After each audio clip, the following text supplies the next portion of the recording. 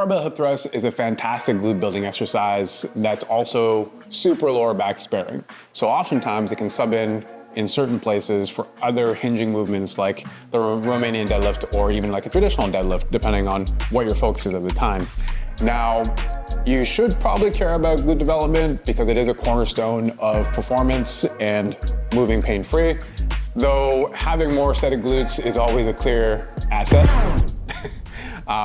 So what we're gonna do is we're gonna go over the basic setup of this movement, but also some ways it often goes wrong and really misses out on the key benefits of the movement.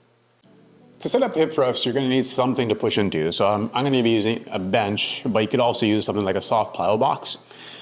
Ideally, this edge is going to hit me kind of mid-back here. Now, if, let's say I was using something like a plyo box that is much higher, I would probably want to put something under my butt because what I'm going to be doing is starting on the ground. So if the ledge is too high for me to reach to, it's going to be a really hard setup. So oftentimes you can change that by just putting something under your butt to prop you up a little higher to make it a bit of an easier setup. But if you don't have that, that's okay. You could always find your way up there. It's just a little bit more awkward to get into position. Now, what we're going to do is I've got a bar with a bar pad on it.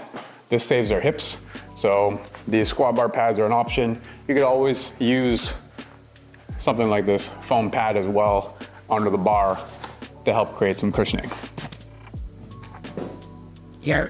Then from there, we're gonna start with our legs long and just a little bit outside shoulder width. I'm gonna roll the bar over my thighs and then line up my back, making sure that I'm tucked all the way up to the bench. So I slide myself back as close to the bench as possible. Then, grabbing the bar, keeping it at my hip crease, I'm gonna bend my knees so my feet get flat on the ground. And then I'm going to push through the ground back into the bench until I come up to the top. Then I'm always looking for my kneecaps at the top. I'm not looking back or arching over the bench. And then I drop almost to the ground, then push up and back into the bench. So let's talk about the common ways that this movement goes wrong. So our goal with this exercise is to get mostly our glutes. So if we're feeling hamstrings, quads, combination of both of those and not very much glute, we're not doing a very good job in the setup, plain and simple. So there's some tweaks that we need to make, and where it starts is gonna be foot position. So we wanna make sure that we have a little bit of toe out, and we wanna make sure that the feet are wide enough in order for us to fully extend our hip and really get into our glutes. So first step is going to be maybe getting the feet a little bit wider, and then making sure that the knees are staying apart during the movement.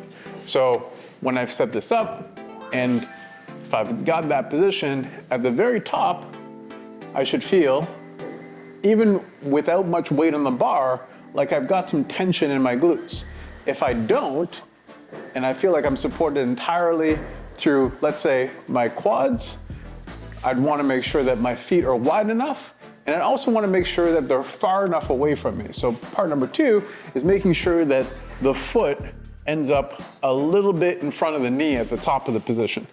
So this would be too close, so I might wanna go a little bit further out, and if I've got that right, then I should start to feel that creep into my glutes and maybe my hamstrings, but I don't really want a ton of hamstring with this movement. The other component of this is we need to make sure that we're in a good top position. So oftentimes the head will start to rock back or do something like this. This removes the emphasis on the glute almost entirely. So we need to make sure that we are looking down at our kneecaps or for our kneecaps. All that does, and the reason why I say this, is it helps you drop the rib cage. And if we still keep the hips high, then what happens is we get a strong contraction through our glutes. And this allows us the best possible contraction and, you know, work through this movement compared to usually our hips drop and our head rolls over. And that's usually a sign of, like, again, either faulty mechanics or the weight's too heavy. If you can't fully extend the hips, so drive the hips up to the top and look for your kneecaps, then you might need to adjust the weight down a little bit until you get that right. Once you do, and if we start where we want to finish, so we find that top position, everything should flow together. So part number 3 of the most common things that I see go wrong with this is there's too much movement through the hip thrust. So what I mean by that is the butt will drop first, and then we'll kind of arch, and then we'll start moving from the hip at the top. So it's gonna be kind of like a stick your butt out and then slingshot it back up, rather than the whole body following you on the way down.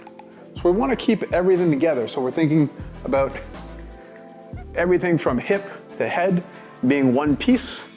It's moving together, and that will help teach us to extend the hip together and in a strong position, and we'll get lots of quality work from it.